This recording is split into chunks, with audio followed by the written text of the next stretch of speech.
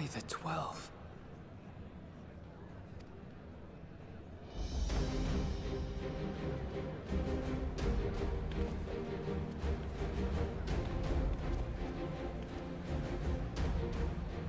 Glad you could join us. I hope you don't mind, but we went ahead and started without you. As you can imagine, our traveling companions were eager to become acquainted. 'Tis a rare thing indeed to see such a diverse and talented group of individuals assembled for a single purpose. We fight not only for the sake of Eorzea, but for the entire world. Much rides on the efforts of the Ilsabard contingent.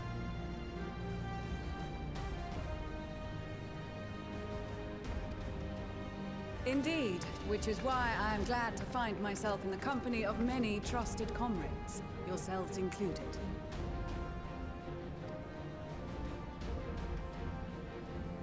Lucia! I have come at the behest of Lord Emmerich, who has honored me with the role of Ishgard's representative. For the good of all nations, not least my former homeland, I am determined to see this mission through to its end. We have a hard road ahead of us, but walk it we shall, together.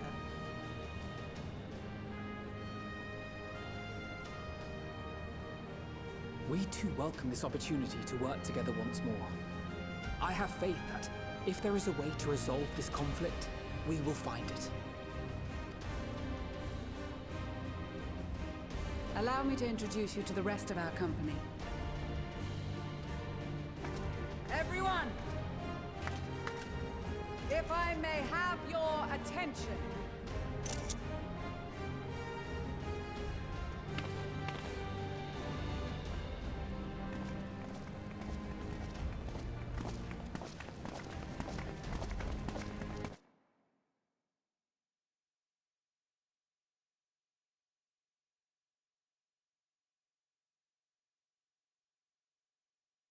To speak first.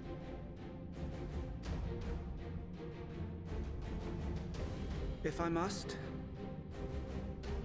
I am Arun Senna, spokesman for the Gridanian delegation, here on behalf of my esteemed sister, the Elder Seedseer. We shall provide support and protection to those in need during our time in Garlemald. To that end, I am joined by healers selected by the Conjurers Guild, with the Order of the Twin Adder's Finest serving as our escort.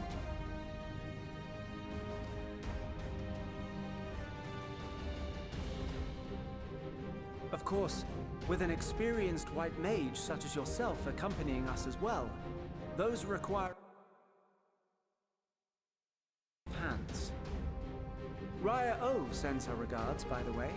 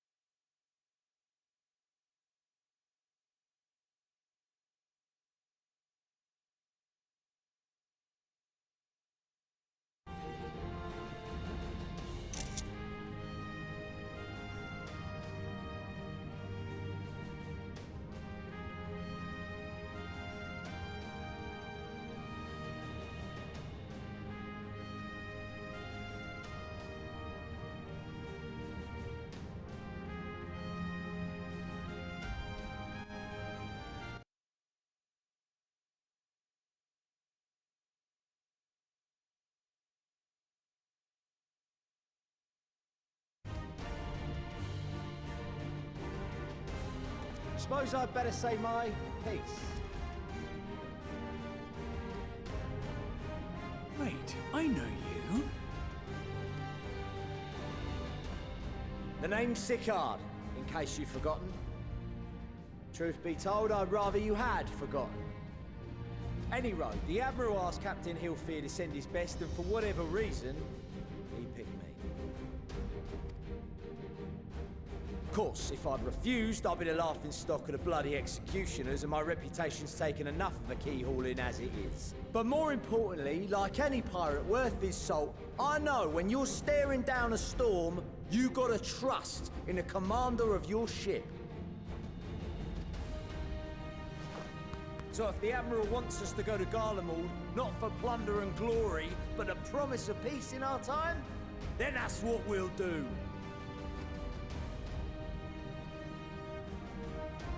Since we all know how much the Empire loves its steel, we thought we'd bring along a few smiths to make the most of it. Give them a pile of scrap and they'll cobble together anything you fancy.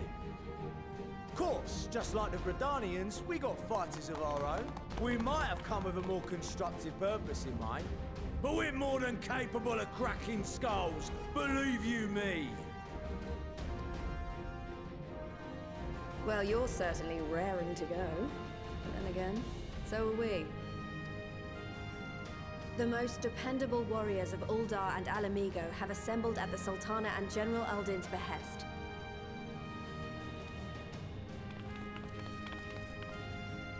If Garlemald has truly fallen, then the whole place is likely to be crawling with Telophoroi. We'll need plenty of troops to clear and hold a path for others to follow. That's where we come in. Naturally, Marshal Tarapin and I will be leading from the front.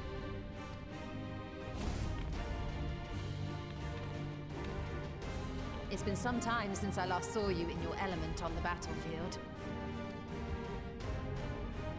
From what I've heard, you've become pretty fearsome yourself. Master Matoya, the Avatar of Destruction.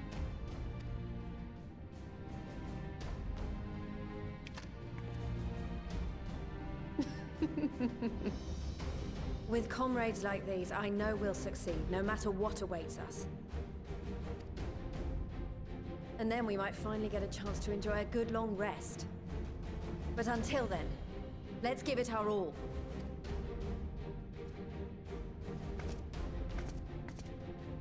As for Ishgard, we Temple Knights have come in force to uphold our nation's commitment to the peace and welfare of our allies. The bitter cold of Garlemald is a formidable enemy in of itself. Our experience fighting in ice and snow will prove invaluable in the days ahead. Accordingly, I have been designated commander of the Ilzabard contingent.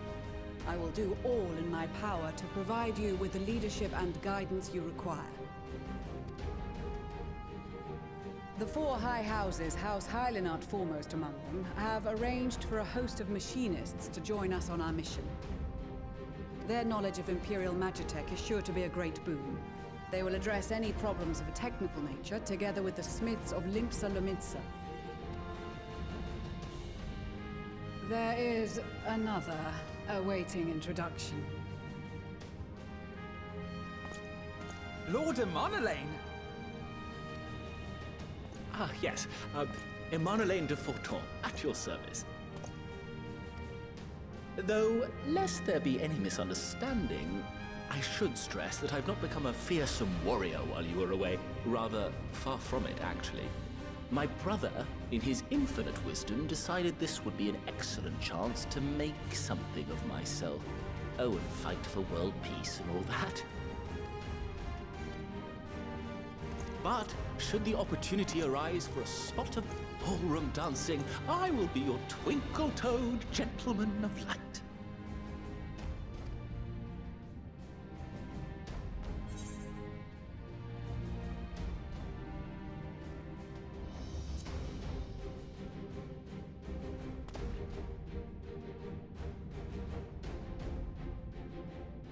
Huzzah! I cannot wait to regale Honoroa with my tales of daring-do. I believe that concludes introductions for the Grand Company of Eorzea. Our allies from the Eastern Alliance were due to arrive some time ago, but it would appear they have been delayed. Would that be the Shinobi of Doma?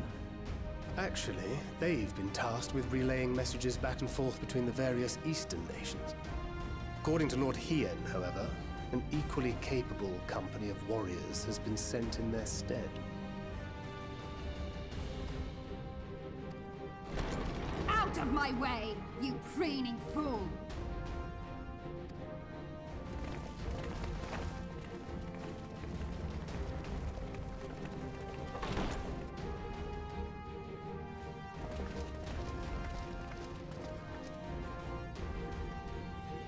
Forgive us for coming late. We are the delegates of the Eastern Alliance. Cyrena, and you've brought company. For battle and blood we come, as a step is sorely lacking in both. No towers befoul our lands, so we marched on those of Doma, only to find them beyond our reach. But now our thirst for slaughter will be slaked. No quarter to the enemy! Sadu Hatun, no. We go to make peace with the Iron Men, not war. Warriors of the Steppe, we've heard many tales of your bravery. We welcome you as allies. And these other ones you have brought are... Members of the Dalmascan resistance group, Lente's Tears.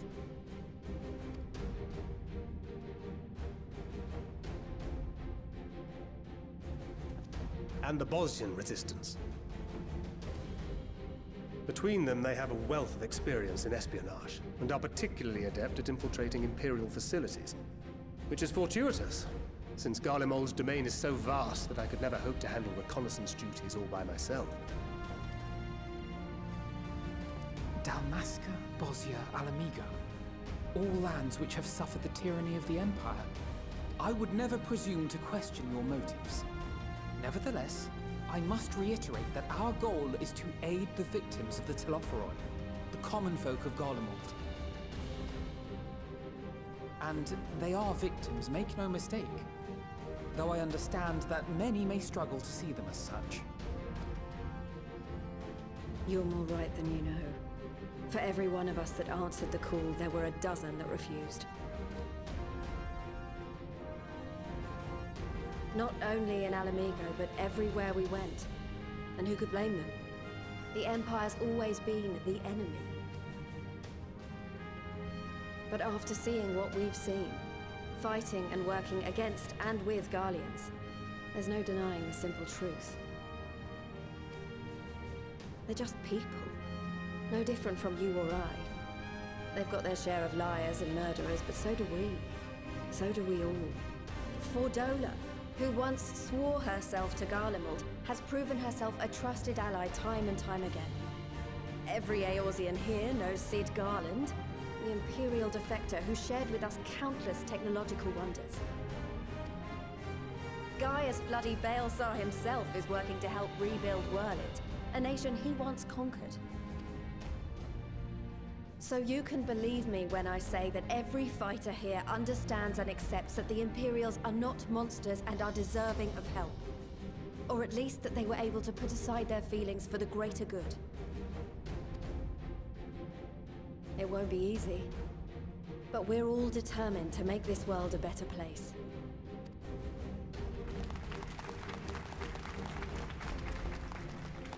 What lingering concerns I may have had were clearly unwarranted. I agree with everything you said wholeheartedly. Then we are in accord. Now, let us review our strategy. To reach the Garlean capital in northern Ilsabard, we must cross the central mountain range. Fortunately, Garlund Ironworks can provide aerial transport, sparing us this most treacherous part of our journey. However, attempting to fly any closer to Garlemald would attract the attention of the Telophoroi. As they appear to have seized control of the majority of the Imperial military, we must assume that includes its fleet. In addition, Garlemald possesses devices that can interfere with airship navigational systems. further discouraging an airborne approach. Given the circumstances, the closest we dare deploy our contingent is an area between the range and the capital, the Magna Glaciers. From there, we must travel the rest of the way on foot. We will also need to bring the airships with us to ensure we can withdraw with haste. Although much of the terrain will be blanketed in snow, we should be able to make use of local roads and shipping facilities. The vast ice field will afford us an unobstructed view of the surrounding area. On the other hand, it will also allow others to easily spot us, so it is imperative that we only make camp in positions where we can easily defend ourselves. And the airships, which must be kept safe at all costs.